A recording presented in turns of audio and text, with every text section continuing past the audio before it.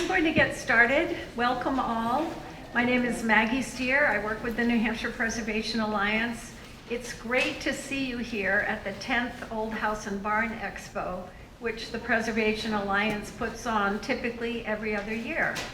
We're the statewide membership-based historic preservation organization, and this gathering is part of our ongoing and expanding work to help provide information to people like you who are caring for old homes, barns, and community landmarks.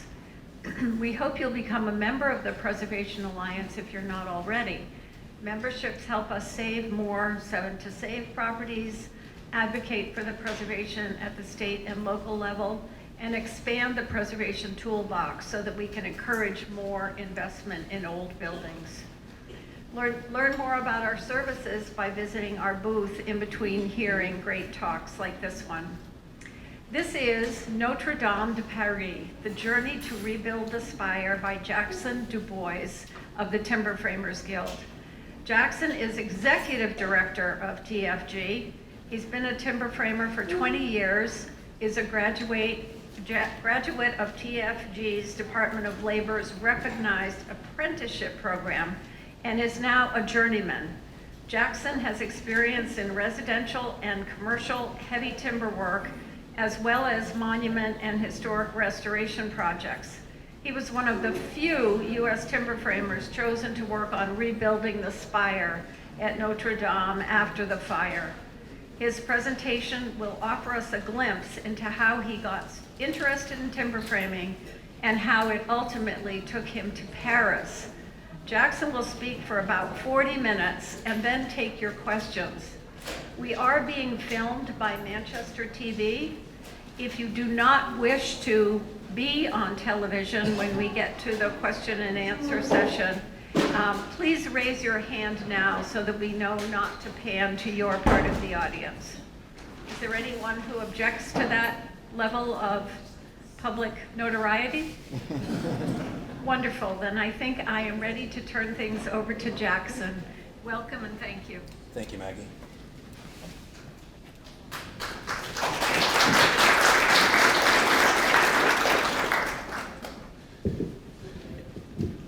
Thanks so much for coming out today, everybody, and taking some time to listen to my tale.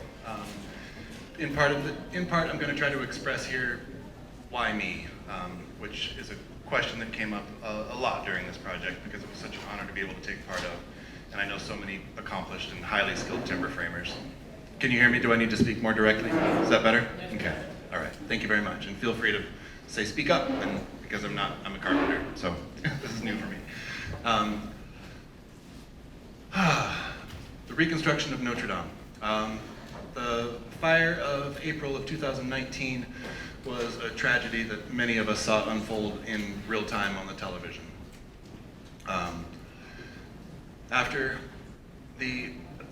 Originally, my journey into timber framing has been through the Timber Framers Guild. I was born and raised on the West Coast, and as a young person looking for some meaning in life and what to do with myself, I was excited to find a timber framing shop out there and join the guild and start to become a learner in craft.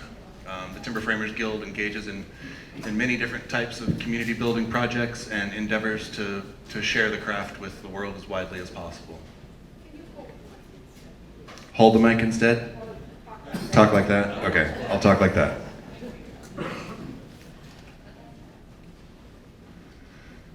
Here's a glimpse of some of the projects that we've gotten to take part in with various communities and nonprofits and First Nations people over the years. Right there you see Neil Godden, who's the director of the Heartwood School that we also partner with to share our educational offerings. Will Beamer, the founder of the Heartwood School there, is also one of the founders of the Timber Framers Guild and one of my mentors who we lost in the last few years. This is a memorial for a landslide that happened out in Washington. And here you can just see some of it. For those of you that are not familiar with timber framing, you can see some of the different shapes and forms that timber frames can take and the different ways that they express themselves in support of communities and municipalities and people that wish to learn a trade. The Heartwood School is currently active out of Alstead, New Hampshire, and offers education in the trades, specifically timber framing, for people from all walks of life. These were opportunities that I availed myself of as much as possible when I was young in the trade and met people from all over the world and at all stages in their timber framing journey, and I was glad to find a way to fit in with them. Heartwood School focuses on small frames and hands-on craft, primarily with hand tools.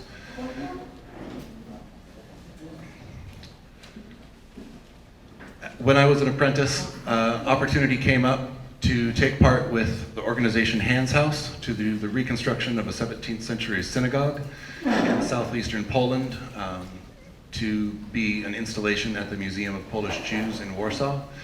And as an apprentice, I put forth my application and was accepted to take part. This was all entirely a hand tool education. We hewed 200 silver fir logs and used the period layout methods and cutting and installation techniques that would have been appropriate for the 17th century with this structure. This is the current interior, and this is a early illustration that was done of the structure, the Gowodziec synagogue, as the Nazis were moving through Poland and southern Ukraine and destroying these very interesting, culturally interesting and important buildings. I was able to take part in this project. But in the meantime, I've done many installations and fabrications and designs of very modern buildings as well. So it's been, for me, striking a balance between making a living and meeting the needs of clients, and also pursuing things that were of interest to me and really filled my heart and made me remember why I became a builder, which was primarily building forts in my grandma's backyard when I was a kid. Trying to find play, and at the same time, finding opportunities to challenge yourself and execute at the highest level possible. One of these projects was with an organization called Charpentiers Sans Frontières and a mortise and tenon magazine in Sedgwick, Maine. Carpenters Without Borders is the French organization that when, after Notre Dame burned and the French government opened up a call for proposals for how to reconstruct the roof. I don't know if you remember this relatively short window where a lot of very strange proposals were being put forth for what kind of roof to put up, whether or not it was going to be plexiglass and backlit, or an arboretum up there, or a parking garage, or the opportunities seemed to be endless. And the bulk of the argument was that we don't have the materials to replace the roof as it was constructed, and we don't have the knowledge and the education or the skills and the trade knowledge to reproduce the roof as it was constructed. Charpentiers Sans Frontières proved them all wrong when they reconstructed a truss and raised it on the mall in front of Notre Dame. And that pretty much put an end to the argument. The French Parliament said, we're not going to discuss any other options. They confirmed that throughout France, over the course of 150, 200 years ago, at one point in time, growing oak trees was part of your national security, because you knew that at some point in the future you were going to have to continue to build ships. Apparently they didn't have to continue building ships forever, and so that France did find that they had plenty of oak to reconstruct the roof of Notre Dame as it had been constructed. And Charpentiers Sans Frontières proved that they had the ability to do so.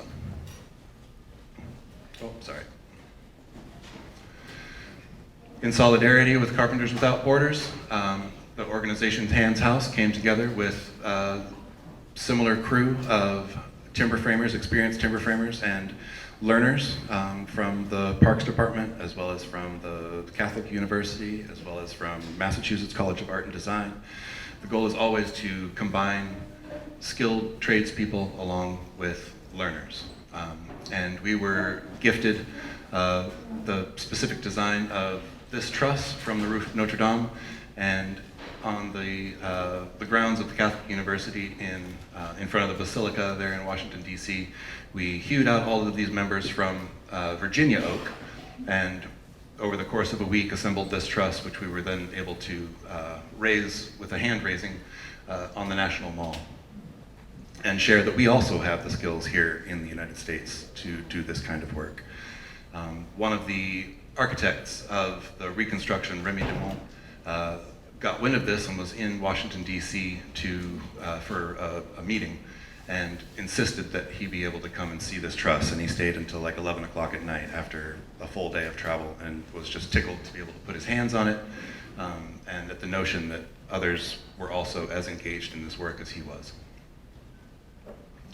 From that, the conversation began about engaging other organizations and broadening the scope of who was able to have their hands on the reconstruction of Notre Dame, and whether or not it could be an opportunity to share knowledge, to share culture, and to share in the excitement and experience of the craft that was going on. The reconstruction of the spire was undertaken by many companies. The spire itself was 4 companies. The reconstruction of the whole roof was, I believe, 8 companies. And in part, this was the French government ensuring that the ability to put hands on this work was spread out as fairly as possible throughout the country, but it was also very much based on who was most capable. For each section of the reconstruction, the shops had to present a model of how they were going to complete it to the national level architects. And the architects could either say, this is great, you have the contract, or please take this back to the drawing board and correct these things. The design work that they were basing it off of was based off of Viollet-le-Duc's drawings from the mid-1850s, as well as from drawings that were made over the ages. Here's some sickening images from the day of the fire, and the spire, La Flèche, which was clad in lead and made of oak, actually was the primary cause of the collapse of the vault and the interior, but ultimately the bulk of the damage to the building came from the suppression of the fire, which of course, without that, the fire may have never stopped and it could have been a total loss. But water damage and the collapse of the spire were the primary damaging elements to the roof of Notre Dame, which thankfully stopped at the roof and didn't consume the bell towers and things like that.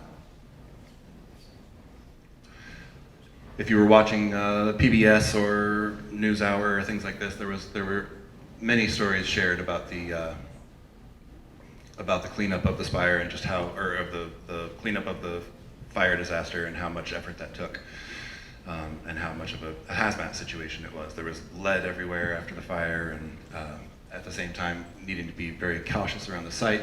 The scaffold was all there so that they could do an assessment of the existing state of the roof. It hadn't been done in many years, and it was thought that the fire probably either started from an electrical short or somebody up there with a cigarette. Here you can see some of the drawings that we got to work with in the reconstruction of the spire. Really cool to see these things as 3D models of, medieval architecture expressed in a malleable 3D model that shop drawings were being taken off of. Was really, really neat to see. I've heard it back and forth. Some people feel like it's taken a long time, and I'm just astounded at how fast they've moved through this work. Considering a commercial project can take 4 or 5 times as long as what this has taken. Really, the way that the French government and craftspeople, the Compagnon, the craft-based education program, and all of these things, all of these elements have come together in France so rapidly, concerted, and in good faith is really, really astounding. The scaffolding on the spire is the last of the remaining scaffolding that needs to be there right now, and it's currently coming down so that they can complete the stone vault on the interior so that they can open it by their December deadline that they said that they would be open for, after which they will be reinstalling the scaffolding so that they can complete the lead cladding. So it just dawned on me today that I feel like the spire right now looks a little bit like a can-can dancer or something with its skirt hiked up, because it has the lead cladding comes down and then kind of inexplicably stops. And this will be the only time, barring other catastrophic failures, this will be the only time we'll be able to see the oak, the exposed wood of the spire. And I think that means a lot to me, and it's really, really cool to see. Here we have the peripheral trusses. The bulk of the roof of Notre Dame is roughly 13th century with a lot of different stages going on in there, but it's a medieval construction. Viollet-le-Duc in the mid-1850s, specifically after the wide reading of the Hunchback of Notre Dame, when Notre Dame, after the French Revolution, had been left in disrepair and was a storehouse for the French government after it had been, for a moment, like a temple to reason, as they had gone through and knocked the heads off all the kings and all of these kinds of post-French and current French Revolution actions. Viollet-le-Duc was charged with the refurbishment and the reconstruction of the spire. Notre Dame had lived without a spire for a long time. So you have these initial trusses here that transition from the medieval construction to the Viollet-le-Duc spire, which was completed in 1856. So it was truly using the best materials of the day. It was a mix of oak and wooden fasteners, along with some steel used as it was deemed appropriate at the time, and as it was available, the best materials at the time. So the stump, the souche, is the next part that comes, and it's these elements that come up and that the apostles stand on, one of which is Viollet-le-Duc, cast as, I believe, Thomas. And he's actually casting an eye back at the spire. These were all removed right before the fire for refurbishment and are currently still in the Muséum des Cités, the city museum of architecture in France, and were miraculously not in situ when the fire occurred. The needle, these elements that I'm sharing with you, I'm not going into detail on it, but there were transitions in between these spaces, between which companies were working on what, and where those stopped, and they handed it off to another company. These were particularly the elements that I got to work on. A lot of it's called open work or fancy work, or these kinds of very highly detailed profiles and curves, much of which was hand carved, and machines were definitely used as much as possible in order to hit the deadline and also to keep it safe. This was the workshop we were working on in the Loire Valley in France. Typical to timber framing is to construct and to do the fabrication off-site, trial fit things as possible, and then to bring it to site for its final installation. Keeping it in a safe workshop where you've got all your tools there, rather than trying to fabricate these things. We did get to visit Paris, and I did get to go up on the scaffolding and do a fantastic tour of the construction site. But these elements were not physically cut in Paris. That would be very expensive real estate for a woodworking shop. We were about 2 hours south and west from Paris. And so these would be the final elements that we had fabricated, and they had to be fit into these very large, heavy timber constructions. The spire is a massive construction. This was being fabricated all in the traditional French scribe method by compagnon in the town of Briey, whereas these were fabricated also with the instruction and working alongside French compagnon in the town of Troyes.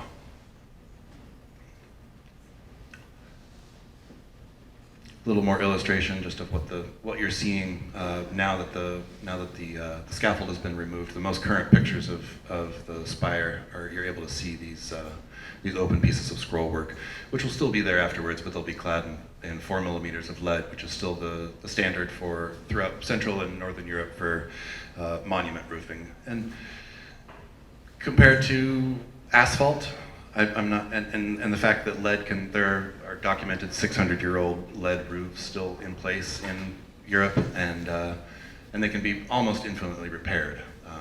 And the toxicity of lead also prohibits the growth of molds and things like that. So it's easy to see both ways, but I certainly see their argument.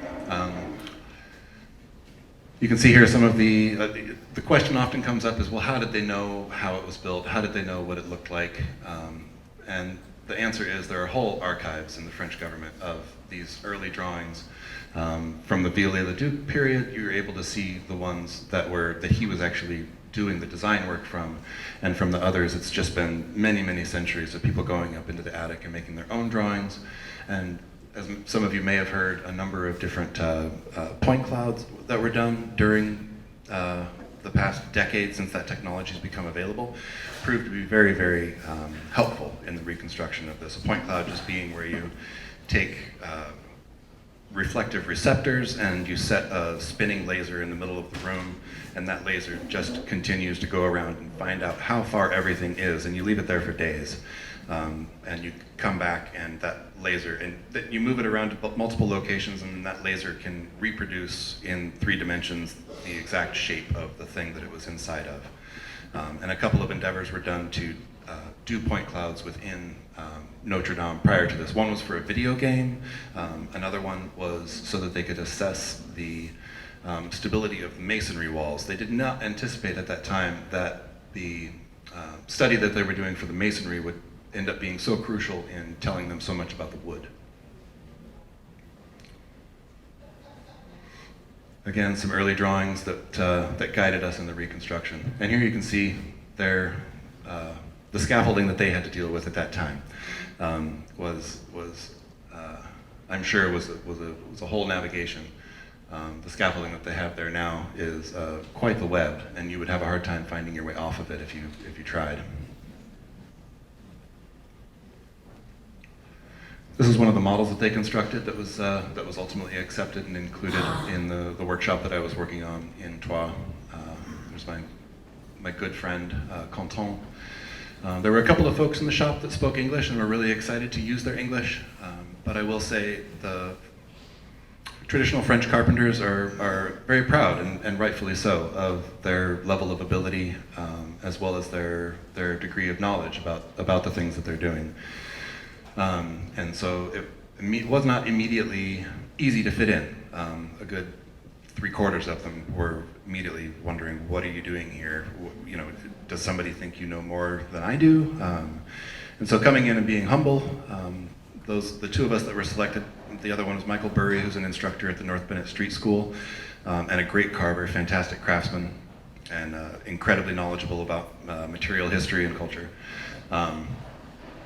The first step was humility, and the second step was reading the room and really digging into our decades of speaking the language of carpentry, as well as speaking the language of joinery, timber work, and heavy timber construction, because that was the language that we primarily relied on. Again, illustrating some of the work pages that we were building from. Again, incredible detail. These pieces we spent a great deal amount of time constructing, and they were 2-sided and required sliding dovetail dados and many little wooden pegs and pins, and you were having to put paraffin on things to get them to hammer home, and to be able to build something. Here we would put a bunch of hidden fasteners in there and to make sure that it stayed stable. But to endeavor to put together this kind of fancy scroll work with all wooden joinery was really, really an honor to be able to get paid to take the time to figure out. Was really cool. And as we were figuring it out, we learned that in a workshop that focuses primarily on historic monument restoration, a lot of it being cathedrals, chapels, churches, abbeys, things like this, government buildings, Versailles. The same company raised to the roof of Versailles a meter so that they could hide their mechanicals in there and things like that. Was the learning that the other folks in the shop, this was the closest thing that they had done to new construction. They were used to tearing off half-rotten rafters and splicing other new ends on them and things like that. So to be able to be building something from the ground up with all new material was a real experience for them, and it really benefited Michael and I because we had done so much of that work of start to finish type construction.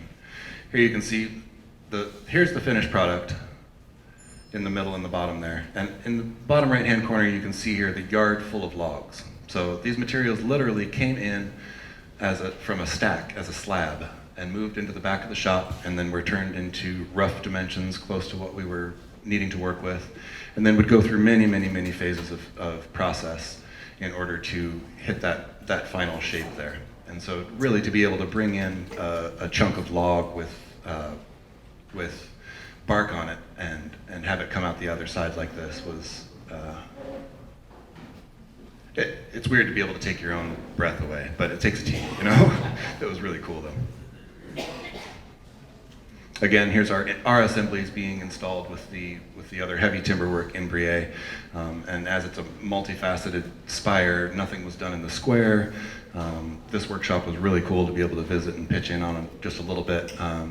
For those of you that are interested or know about timber framing layout methods, this was all used with the piquage, that was all lofted off of the floor, so that they would draw the shapes of the things that they were working on onto the floor, and then use plumb bobs to bring that information up onto the wood that they were working with.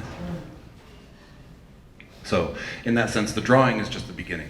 And oftentimes the drawing is actually just guides you in the lines that you need to make on the floor. Because once you've got your lines fixed, then you have all of the information you need to use the traditional French method of using plumb bobs to bring that information up onto the material you're working with. It's called piquage.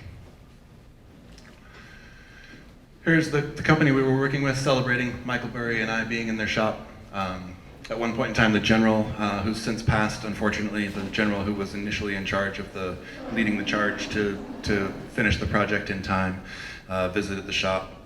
We weren't sure if we were supposed to stand in the corner and pretend we weren't American or what, but it was a whole media event, and he called Michael Burry Boston, and he called me New York, and he really enjoyed telling the tale as though the whole world was coming to France to learn from the greatest carpenters there were, which is fantastic.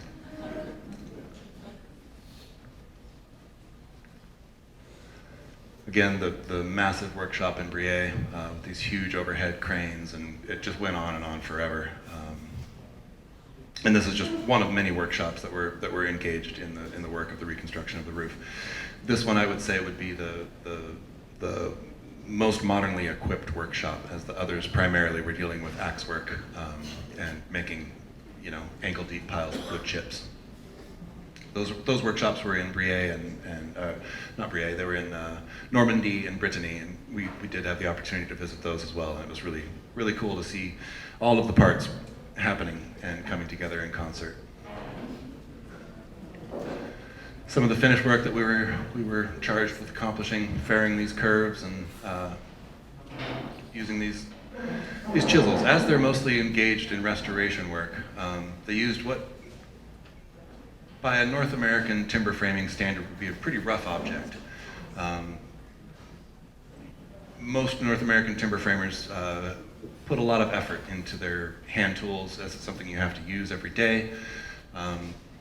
These tools they were expecting to be driving into 400-year-old nails and things like that as they did their work of restoration. So it was very interesting for us. I was told to bring no work clothes and no tools.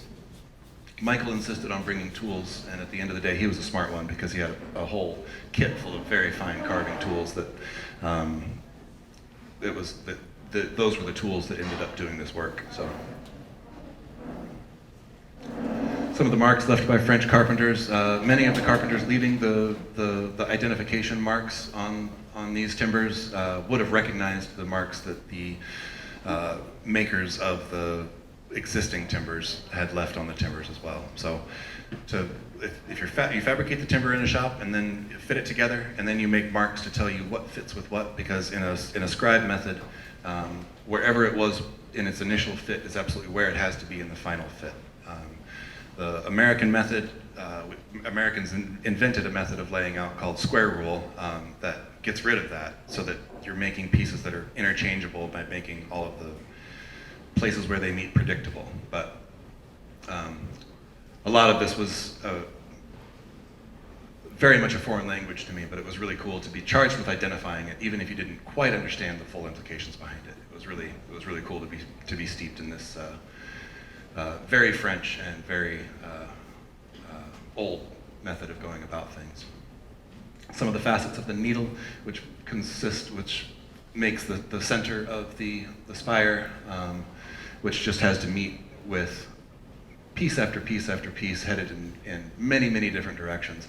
This, if you look at the end of this, it looks like a crazy compass to the stars or something, because each one of these things, you have to know what plane you're in as you turn it. And so when you put your level on the bottom or your plumb bob on the bottom, you're going to have that face, and from that information you'll know where all of the other faces spring from. So after the materials are fabricated in the shop, they're loaded on a truck and off they go to Paris. This is how our materials came.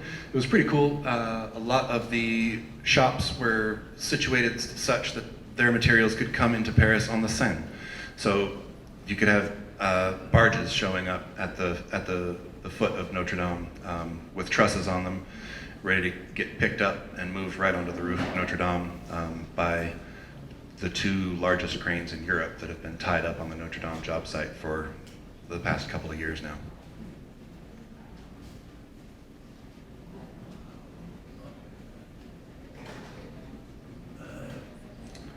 The needle being installed, they're well past all of this work now, but this was where it was when I was leaving at that time. These were just being installed after I left there. Here you can see much more recent, the lead-clad spire of Notre Dame and the scaffolding coming down so that they complete that stone arch.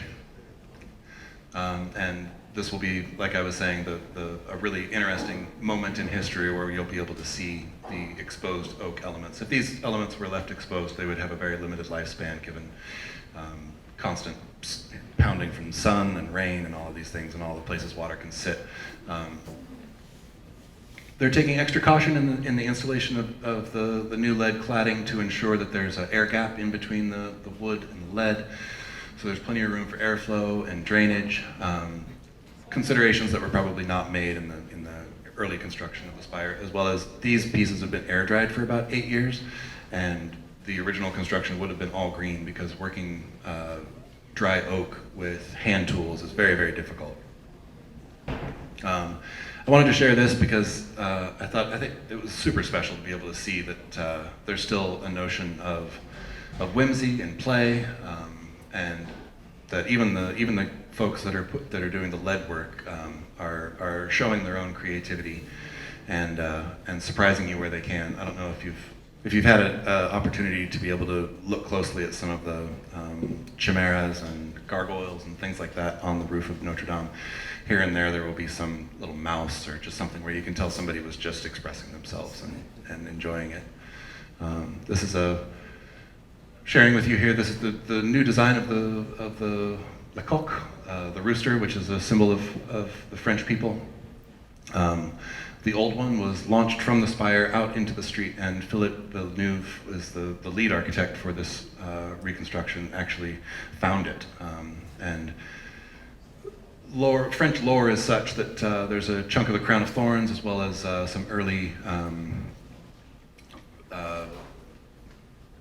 religious figures of Paris' garb inside of this rooster. And inside of the old one, which they've replaced into this one. And alongside it, they placed a scroll with 2,000 names in it. And those were the names of the carpenters and craftspeople that took part in this reconstruction, which is a pretty incredible honor for all of us. It's inside the apse. When I got to go back and get back on the job site in February and see the work of the other carpenters. I did not fabricate this, but this is the front curved portion of this, and where all of these kind of the spokes of timber come together, was just so dense and so warm. It was a really neat experience to be able to sit in that space and soak it up. I don't know if you've seen out on the floor of the Expo here, where a lot of great work is going on. We've got a couple of people using these shaving horses. It was really neat to go up. This was on the same level of this, and you're ridiculously high up and looking out over the French landscape, and there's a shaving horse sitting there so that they could create these pins to do the final locking together of the joints. Would have been the exact same technology that they would have been using when it was originally constructed, and it still made sense. That pretty much wraps it up. We were visiting another abbey, and I got to really neat abbey, and they had a whole room devoted to Legos, and the Legos were all white, which was really, really interesting. And my friend's kids got totally engaged with it, and just wanted to share it because for me, the building is play, it's engagement, it's co-creation, and when we have the opportunity to engage all of those things and all of our senses and our community in construction, then it's a good feeling. And the trades, whether or not it's any of the trades, can be an opportunity to access joy. And I hope that for anyone and everyone in the trades.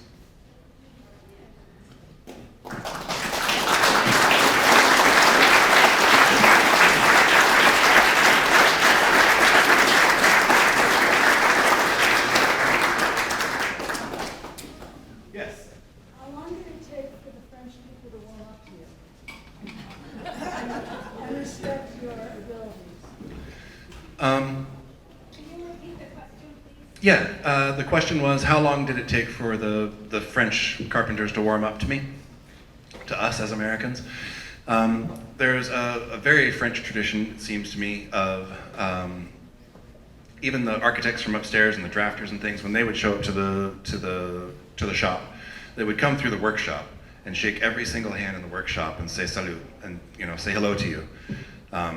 They would do it whether they liked you or not. And if they didn't like you, you could really tell. The handshake would be very limp and maybe not even get any eye contact. And so it was really heartening to see over time that you could change that. But it often was the result of working next to somebody for a day, or just doing what somebody said until they had the opportunity to realize that you knew what you were doing. And I'd like to say that by the end of the 3 months anyways, we were getting solid handshakes and good eye contact from everybody there. But it was definitely a trajectory. So, like I said, there were two young guys in particular that were super excited to use their English and had read the Timber Framing Journal and knew the Carpenters Without Borders and knew that there were Americans over here also doing interesting timber framing. And that some of us have gone to Poland and Bulgaria and Estonia and done these other kinds of works. So some of them knew right off, but the more traditional ones, of course, were more reserved, and I can understand why, but it was an interesting experience. Yes? Excuse me, did you treat the wood, excuse me, before they clad it in lead? They did not have any treatment of the wood. No, it was installed raw. Typically, a lot of timber framers in North America will use at least an in-seal on wood to slow its drying, but that was not part of their tradition. No. Sorry, the question was, did we treat the wood at all before it was installed? Yes. So I hear that you've traveled around the world and you've been to Poland, which has a phenomenal reconstruction industry. Do we have anything in the United States, like with Brie, they didn't build Brie to do this project, correct? So they had an existing infrastructure of these large capacity to do historic restoration. Do we have anything like that in this country?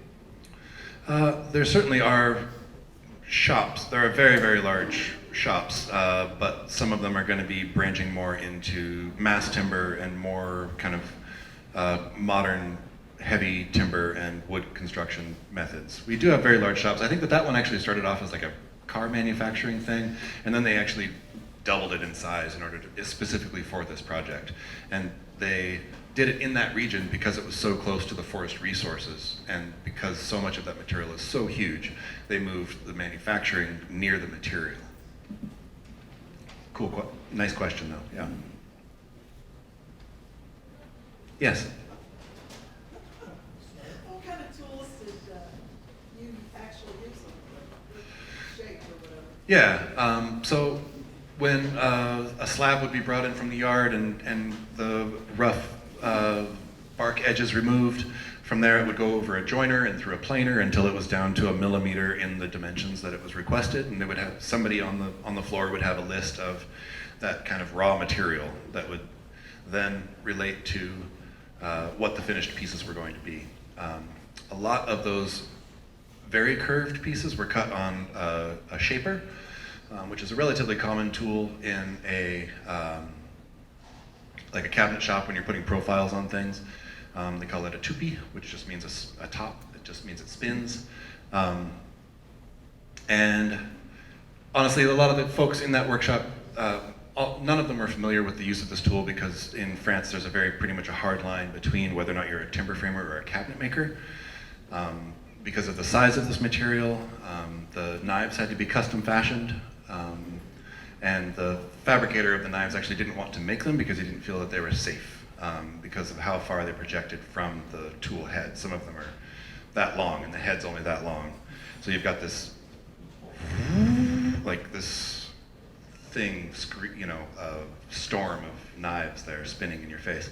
I happen to be almost 7 feet tall, so I was able to operate this machine from the top down. Without that ability, you had to push the material into the machine, which was not a safe use because of how many contours there were. So you're cutting into rising grain, you're cutting into falling grain, so the amount of pressure that it takes was highly variable, and being able to see where that grain was changing was really crucial to being able to see it safely. They built large guards around this machine so that when one of these pieces was grabbed and launched across the room, it wouldn't hit anybody. And also, so if one of these blades broke in half, it wouldn't fly across the room and hurt someone. So at the end of the day, I was the sole operator of that machine, so it's an interesting point of pride to be able to say that I've put all of the contours on the open work on the Spire of Notre Dame. At least before it was assembled, and then the finished carving was all done by hand. But it was a lot of router, you've got your modern set of tools. Chain mortisers, routers, 16-inch or very large circular saws, things like that, things that can cut through full depths of large pieces of timber. Yes, sir? I noticed the picture of the gargoyles, but the face looked recognizable. Was it somebody that worked on the Spire, or was it some French famous person? That's a good question. I don't know about that specific one, but certainly on site there at Notre Dame, there's a whole workshop devoted to the restoration and brand new fabrication of many of these characters that you see all around the roof of Notre Dame. Many of them would start in plaster form, and then once the plaster form was executed to perfection, then that would be used, and it would sit right next to the stone that the mason was working. It was really cool to see what is essentially a medieval skill being executed at a really modern high level. They had dust collection and light and magnification all in ways that you could pull down from the ceiling and move right in front of your work in order to do it. And what an opportunity for all of the trades in France in particular to be able to learn and do their best on a building like this, whether or not it's paint restoration or stained glass or masons or plasterers or woodworkers of all sorts. I don't know the answer to that particular one. I'm sorry. I think it was just whimsy, somebody making a little character. Yes, sir. It does seem like a very fast schedule. How was it accomplished in a time and fashion like that? Well, that's why they initially had a general on board to to keep everybody on time. But there was a hard deadline as the end of our stays was coming up. Michael and I were saying, we could stick around a little longer if you need us, and that wouldn't be so bad. And they were like, no, actually, that's our hard deadline. This material has to go to the other workshop because they have a deadline before their material has to go to Paris. So as we got closer to the end of our planned stay and working arrangement there, the days got a little bit longer and the weekends got a little bit shorter, and we just continued to move forward on it until it was done. And I expect that was the spirit in pretty much all of the shops. So there were deadlines that it's pretty hierarchical in the shops. So you'd have the architects and the owners would be relaying information to project managers who would be relaying information to the floor, and if anything was wrong, they were constantly navigating that and adjusting as needed. Yes? I was going to say, on behalf of the French people, Ah. I'd like to say thank you, because this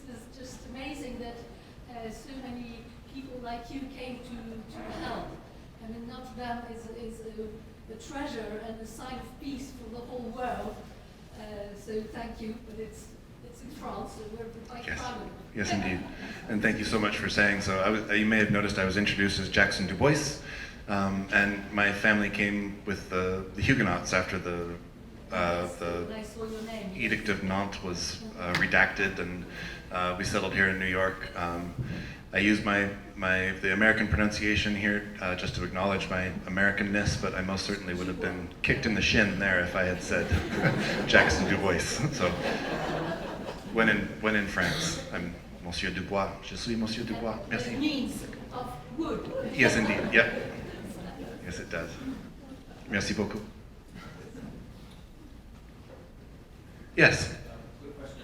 So given all of your beautiful work, you mentioned how the lead is applied differently than it probably was originally. Let's talk about what else was done as far as like fire suppression. Correct. Yep. There is a fire suppression system installed in the attic in Les Forêts, is the forest, which is the entirety of the truss system in the roof. So there is a fire suppression system, but it's based on creating a mist that removes the oxygen from the space. So it's not there. If a fire were to happen, they won't just be dumping water in there. They will be creating a mist that will suck the oxygen out of the room and dampen everything rather than soak it. Was one of the significant things. There are also going to be a couple of firewalls in the roof, so that if a fire does get away, it will hit.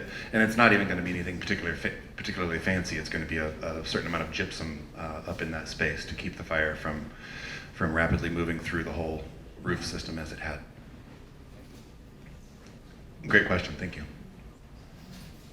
Yes, sir. Was oak the only species used in the entire facility, or was any softwood or anything? In my experience in the construction of the spire, as well as what everybody was doing in the fabrication of the trusses, it was all oak, French oak, which is most akin to our white oak, and a fantastic material to work with. Yes. We hear a lot here about building codes in relation to timber framing. Uh-huh. Are there inspections or is there skepticism that you would build something that is safe enough? Can you talk a little bit about that? Do you mean specifically the materials that were installed, or the safety on site, or you mean the fabrication of the constructed elements themselves? Talk about safety on site too, that would probably. Safety on site was really neat. The scaffolding is hands down the most complex thing I've ever seen, much less had to like crawl around on when you're getting a tour of the site. Incredibly professional, and there's nets everywhere, and as people moved from the inside to the outside and higher up, they started to install netting to catch the carpenters were they to slide off the roof as they're installing sheathing and things like this. As far as I could tell, if one were to fall at any point, when you were within the area where you were supposed to be working, you wouldn't have very far to fall at all. And there was harnesses were used, and there was places to clip in all over the place. As far as in our workshop anyways, the inspection of the material itself was really, really rigorous. It's hard to tell sometimes in wood. You can have a piece that looks pretty perfect and has maybe a small pinhole knot, but by the time you've gotten it down into close to the form that you're looking for, you can find a big rotted out void in there or something. And that was, from our workshop, we passed it on to another workshop, and the workshop I was in wanted very much to impress the next workshop, very much. And so we were our own worst enemies in that. But if there was any question about it, it would be brought to the attention of the shop manager on the floor level. And the question typically didn't really have to go much farther than that because of the amount of material that was available and the desire to execute it all at the highest level possible. Other than that, the joinery and the connections were all, it was agreed to do them as they had originally been done. In the spire, there are, I do not know if they were original to Viollet-le-Duc or not, but last time I was there, I did see that they had some moment frames, and a moment is that pretty much that kind of force. And there were moment frames so I was able to see in the the finished product, there were bolts that I had not installed in these things. And you look behind, and there's some metal framework to reinforce the whole structure back there. So some new additions were made, but they were definitely in the spirit of the original construction and made by high-end craftspeople rather than, it wasn't Simpson hardware. But, so certainly considerations were made, and there was continuous inspection. Yes? Yes, thank you. You may have said before, but how did you get involved in this work in the first place? Yeah. It was kind of thanks to a history of taking part in other monument restoration and an interest in taking part in other monument restoration and reproduction type projects. The first of which for me was the reconstruction of a 17th century synagogue in Poland, after which I took part in a bunch of historic windmill restoration in Estonia and things like this. At the time, I'm currently the executive director of the Timber Framers Guild. At the time, I was the president of the Timber Framers Guild. And so that was also considered in inviting me to take part in this, just in the importance of using it as a tool for education and opportunities to spread the word about the work that we did and share it on the American side. So I'm one of a couple of folks. There's another one, Lindsay Cook is a professor of architectural history and medieval studies at Penn State, and she speaks about this project at a very academic and high level, which I appreciate. And I hope to speak with her at our upcoming traditional timber framing conference in Pennsylvania and things like this. So, yes? I have one more question. Were there women craftsmen on the job? Yes, there absolutely were. The compagnon system is a very old system of education in the trades. It covers metal workers, plombier, the lead workers, painters, masons, all of these different types of trades. It's my understanding that the timber framing element is one of the most, it's one of the oldest, and it's also one of the ones yet to be diversified. So when you go onto the job site, there were women there absolutely doing the restoration of the masonry, restoration of the stained glass, restoration of the paintings, the restoration and reconstruction of the chimera and the gargoyles and things like that. The shop that I worked in, there were women there that were doing the metal work, but we did not have any women carpenters on our team. I know that there was one woman on one of the crews at shop of Remy Demont in Brittany. So it's something it's part of a slow change over time in France, is my understanding. Yes, sir? Yeah, first of all, congratulations. You're doing well. When will it be open for worship? When will you be able to worship? When will it be open for worship? Open for worship? I do believe that the deadline is still mid-December. Is it not? Yes, they said open in 2025. Okay, yep. And so that is part of the reason that the scaffolding of the spire is coming down now, is so that they can complete the interior stone vault, so that they can open the interior to the public. And then they will reinstall the scaffolding on the spire so that they complete the cladding. So it's actually an extra step that they're taking, which doesn't make a lot of sense in the trajectory of the construction, but makes a lot of sense in being able to open it up for worship. Amen. Please join me in thanking Jackson for a fascinating